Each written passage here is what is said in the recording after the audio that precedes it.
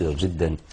يا أيها الإنسان ما غرك بربك الكريم. أقول فيها برأيي، بمعنى ما فهمته من كلام العلماء، لأن العلماء في هذه المسألة المفسرون لم يجنحوا إلى جمع الأمر، لأن بعضهم حمل كلمة الإنسان على رجل بعينه فقال هو الأشد الجمحي، وقالوا أبي بن خلف، وقيل فلان، عدوا أسماء، ومنهم من قال إنه الإنسان الكافر.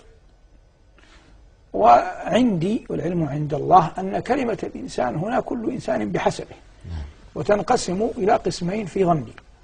الإنسان الكافر غره بربه جهله والشيطان، أما الإنسان المؤمن ما الذي غره بربه؟ كرم الله. ولهذا قال الفضيل بن عياض لو سألني ربي ما الذي غرك بي لقلت ستورك المرخاة. لا إله إلا الله. ستر الله على العبد يجعل العبد أحيانا ولو لم يشعر يتمادى في المعصية.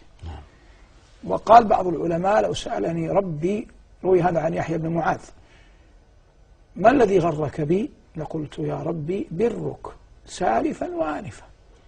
وهذا من الذي ائتني بأحد ليس لله عليه يد،